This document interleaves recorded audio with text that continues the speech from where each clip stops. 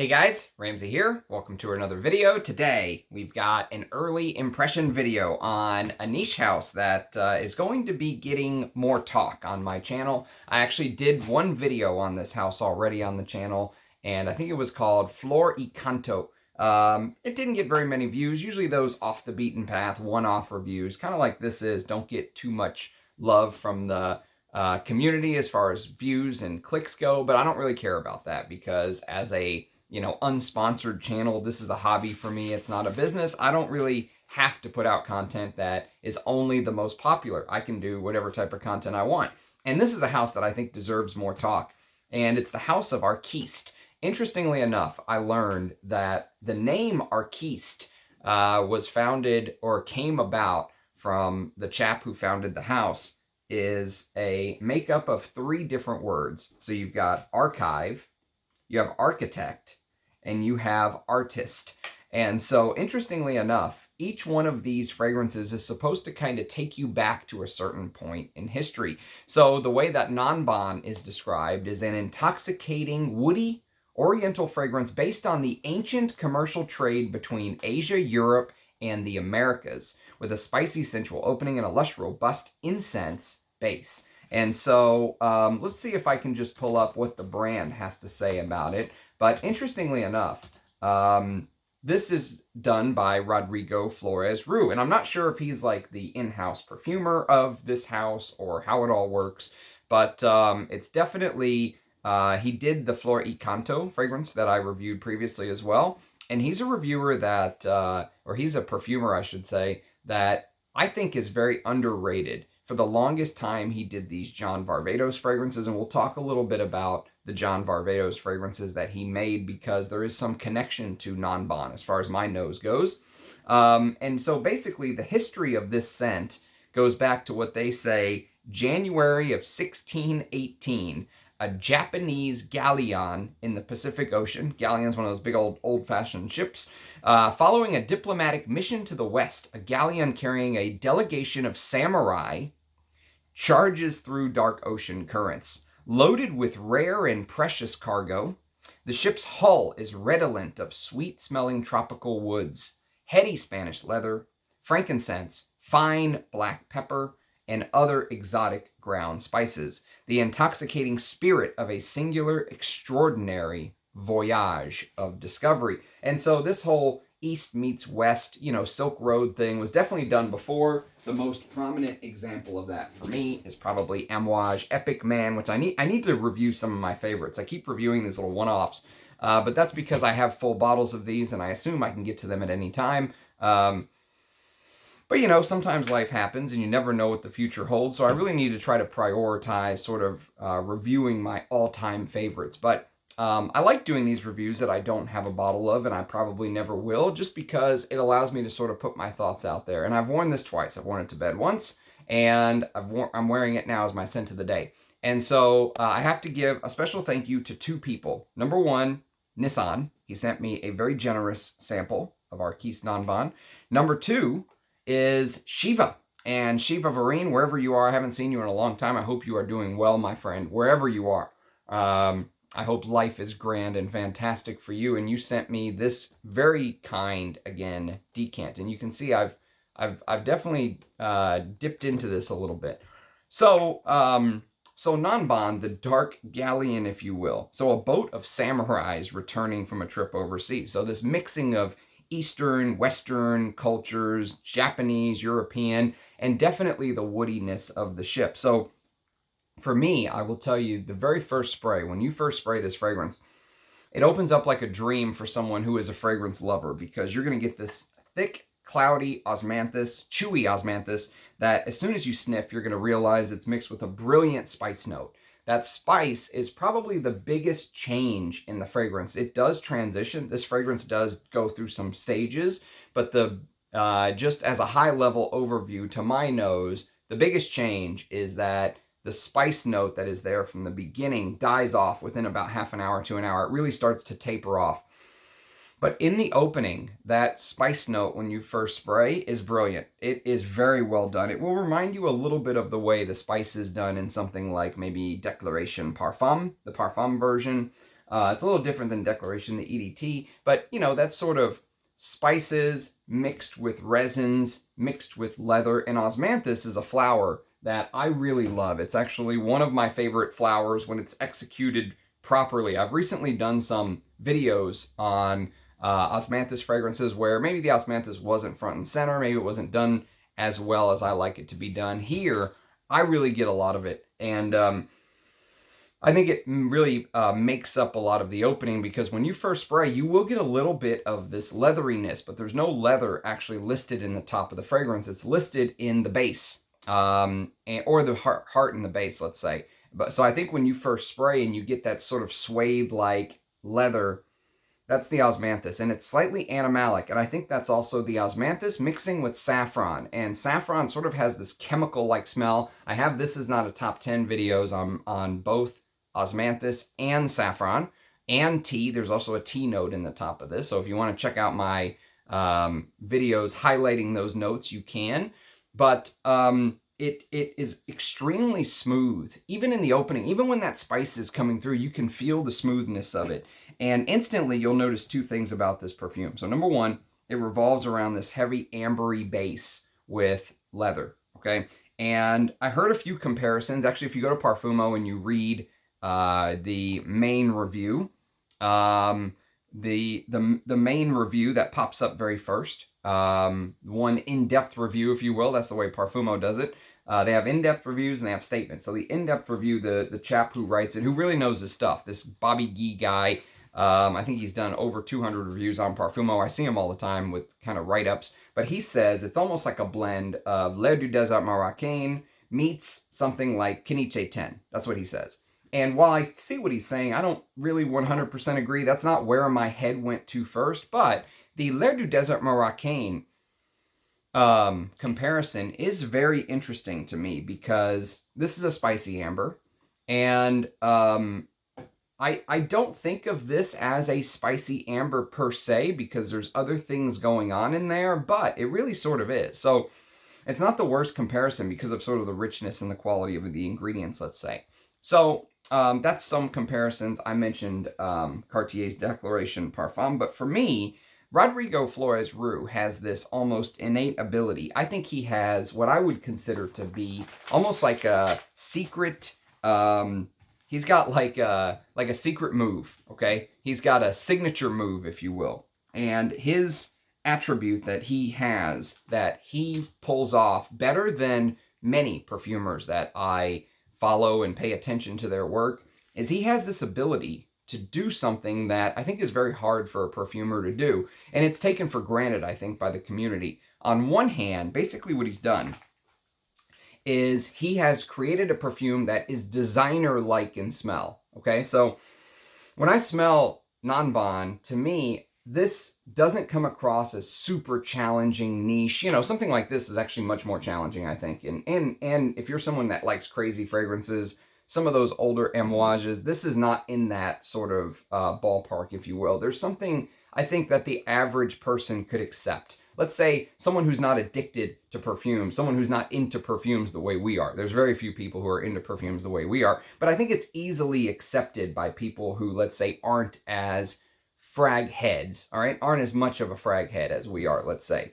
But on the other hand, so on this hand, you have something designer and easy to sort of accept and like. And on the other hand, there's something in there that's just lurking underneath that adds this dirtiness, and it flows, and the transitions, and the changes, and the details. And, you know, balancing those two things, I think, is really hard, because on one hand, you could put something out and instantly, you know, in the blink of an eye, Malcolm Gladwell wrote a fantastic book called Blink, How Humans Make Decisions in the Blink of an Eye. I would recommend reading that if you're into that sort of thing.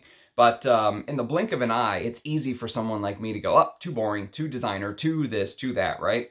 But Rodrigo Flores Roux has this ability to sort of balance that. And it's not an easy thing to balance when you really think of it. How do you satisfy a large group of people where the people over here maybe don't want the same thing that the people over here want? not an easy thing to do. And I think he just innately does it. And so the fragrance that came to mind for me, if you were to say, Ramsey, give me a comparison, okay? Doesn't smell like this necessarily, but the way he built the fragrance, I think this is the closest thing you're going to get. And I think it's his line of John Varvatos fragrances. So something like this. This is discontinued, but this is John Varvatos Dark Rebel Rider, the leather version in particular. It's actually my favorite John Varvatos, and it's a shame it's discontinued. But he also did this Dark Rebel, which is more about the rum and stuff like that. But Dark Rebel Rider focuses a little bit more on the leather. And I've said this before, but I said in just talking about this on the channel, I haven't done an individual review of this yet, but there are times where I'll pull out a scent, or it's my scent of the day, and I'll just sort of ramble about it a little bit. And I said that if you stuck this in a Roja bottle and charged $1,000, people would buy it, because it does have that sort of quality to me. Even though I got that for like 30 bucks when John Varvatos was going out of business, if it was like this, if it was in one of these, okay, like PDLN1, for example, with the silk and the magnetic box, me lord, you know, my theory is, I don't know who the perfumer for these is, I have no clue, but I would not be surprised if Rodrigo Flores Roux has something to do with these. I don't know if that's true or not, but that's just sort of a conspiracy theory that I have, because I know him and Roja Dove are good friends, and it has a little bit of that feel to it, if you will. If you ever smelled PDLN, the whole line, PDL 1, 2, 3, it has a little bit of that, you know, ambery, guardium balsam undertone, you know, resinous-like feel underneath it all. And then, you know, this one has like rum. Number 3 has more cumin in the top. And there's these, you know, more leather. And there's these different, you know, aspects to each one. Actually, sorry, I think number 2 is the one with the rum. I can't keep them all straight. But long story short, is my point in going there is to say that Nanban is technically a niche fragrance. It sells for $205 retail for 100 ml, which is actually not that bad when you see most of the, you know, most of the niche pricing nowadays. And I think Arquiste is one of the house that they've really sort of stayed true to what they're trying to do, right? They've got their description of the scents and their backstory and their pricing model and all that stuff, and so, you know, but they haven't gone off the deep end and put their prices up 3 times a year and all this stuff, right? So I'm very interested in sort of learning more about this house of Arquiste. So for me, that is probably the #1 selling point I'll say about this scent, how it balances that. It balances that designer aspect where it sort of smells like a John Varvatos fragrance to me. It does. I mean, Nanban smells like a John Varvatos fragrance. That's my opinion. But I don't say that in a bad way, like maybe someone else would say. They would see the price tag on this when John Varvatos went out of business, and they see $30 and they see cheap. I don't. I close my mind to price, and I try to see the scent for what it is. And Rodrigo Flores Roux has this ability of maximizing the potential. Let's say the ingredients and the budget that he's given to create a scent. I think he can sort of take that and really do amazing things with it. And so I think this house, Arquiste, is giving him the ability to show what he can do with high quality materials. And it shows, but he has a style. And that style of what he was done with John Varvatos seeps through a little bit. So on the one hand, you have that designer, you know, slightly easy to wear feel to the fragrance. But on the other hand, there are little nooks and crannies where you can wander into. You can just explore. You can go on an adventure with these fragrances and pick out little details. The coffee and the tea and stuff like that are little examples where they don't just jump out and grab you, but they're there. And so the biggest change, like I said, in the perfume is that spiciness. That dirty spiciness begins to subside. And, you know, just imagine what a galleon ship would have smelled like that was on its last leg of this transoceanic voyage.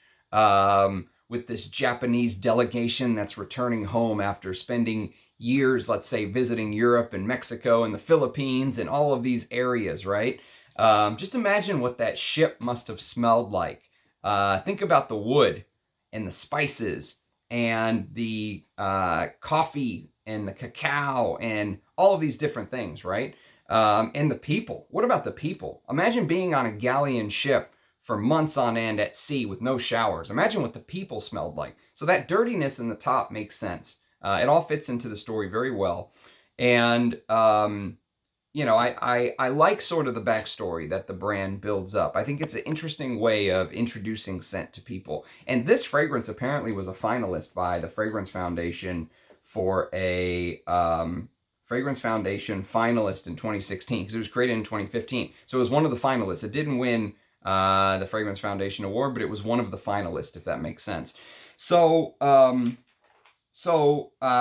what happens after that spiciness begins to recede is where the meat of the fragrance really comes in. And so I've got about a 5.5 hour dry down right here on my left hand. I've got about an hour, let's say, fresh spray on my right hand. And I can tell you that into the dry down, what happens is it begins to bring in more of these earthy, warmer like notes. Okay, so the warmth of the fragrance starts to take over. And as the hours pass, you end up getting this earthy, blurry, warm, slightly rubbery myrrh. And the reason I use the word blurry is because the myrrh sort of takes all of these notes that seemed in focus when you first spray, and it sort of rubs them, okay? So imagine like chalk on a chalkboard. Like let's say you write some numbers and then you smudge it. Maybe you can still make out what the smudge is, right? But it adds this absolute smoothness to it, and it adds this unbelievable warmth. Most people would probably think this is a fall and a winter fragrance because it has this incensey, leather, myrrh, which is a very warming like note. It's like putting a blanket on. It's like putting it's like wrapping you in a high quality blanket, if you will. And it's oh so satisfying. I will tell you that right now. It is a very satisfying fragrance. That ambery dry down does feel slightly medicinal, but I like that. I like the ambery dry down. I like the osmanthus in the top. I like the spices. I like the pepperiness. And I love the resins. So the resins into the dry down basically turn slightly smoky, incensey. Imagine this honey-like gum resin. That's what myrrh smells like to me, like a honey-like gum resin that has this sort of leathery dry down, if you will. And I will say that there are many times where I do a fragrance review and I completely 100% disagree with many of the reviewers online. Sometimes I'm the ram that sort of goes against the stream. They go this way and I go this way.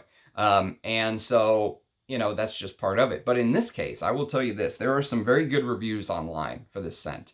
And it's obviously, I never knew about, honestly, I never knew anything about the House of Arquiste. Nothing at all. And if it wasn't for the samples people sent to me, I would still basically be clueless about the house. So big thank you to the community. I will tell you that right now.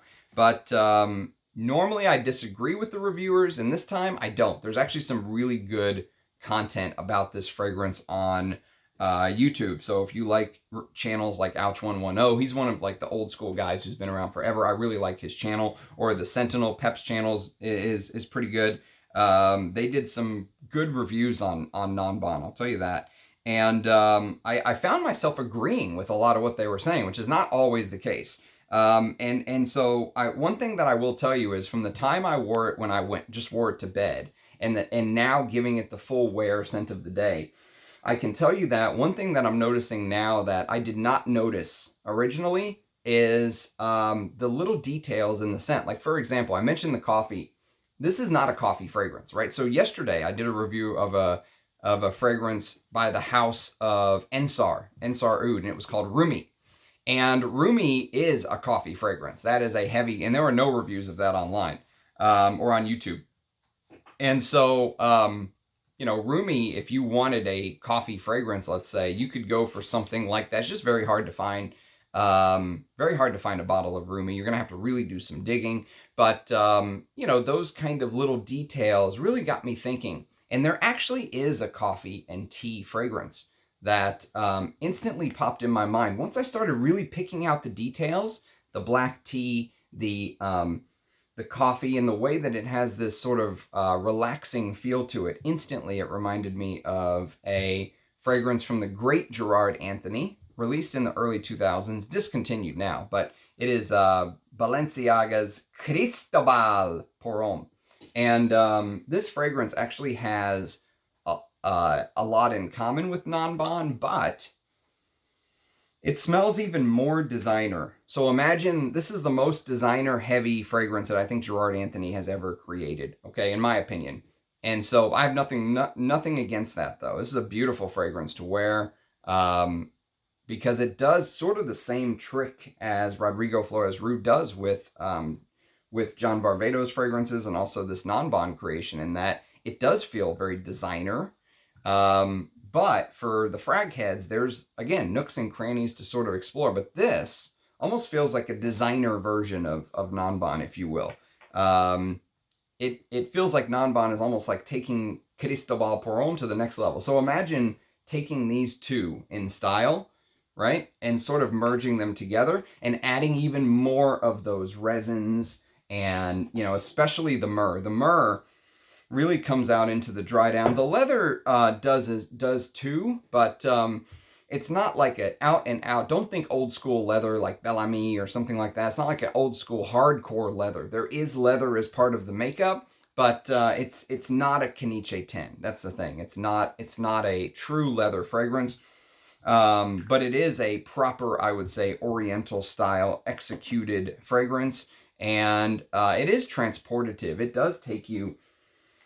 It feels like it's taking you on a journey. It feels like you're, you know, there on that galleon, and it's relaxing. It's smooth. None of the fragrance really overwhelms, and that's you know, sometimes that can be a complaint of people who like to have their fragrances maybe a little bit more wearable. I like wearing crazy stuff. I just do. I mean, nothing makes me happier than to wear something that makes someone stop in their tracks and be like, what the hell are you wearing? But not everyone's like that. Some people really need their fragrances to be wearable and accepted by the people around them. And if you're one of those people, I would urge you to dive deeper into the work of Rodrigo Flores Rue, because he has a little bit of a gift, a secret weapon at his disposal. He has the ability of making these fragrances, like I said, that have that designer tilt, but are also very interesting to us, and to us as frag heads, I say.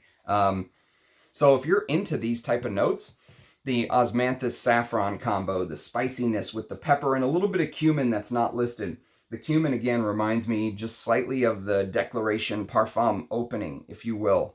And, you know, that incensiness, that leatheriness into the dry down, the touches of coffee and black tea, and maybe a little bit of cacao, maybe a little bit of that hot chocolate with the coffee absolute. And then, of course, into the base, the frankincense, the Copiba balsam, the styrax, the Canary Islands juniper, you know, those kind of notes that add everything with the warmth of myrrh. And the warmth of myrrh is really what sort of just puts the exclamation mark on the fragrance and just wraps you up. So it does slowly continue to change, but the biggest two parts of this is that spicy opening, and then once the spicy opening dries, it'll start to go into that warm myrrh, ambery, oriental dry down. You know, you could easily think of fragrances like this too. I mean, honestly, this is a $1,400 fragrance or whatever it is, and Nanban holds its own.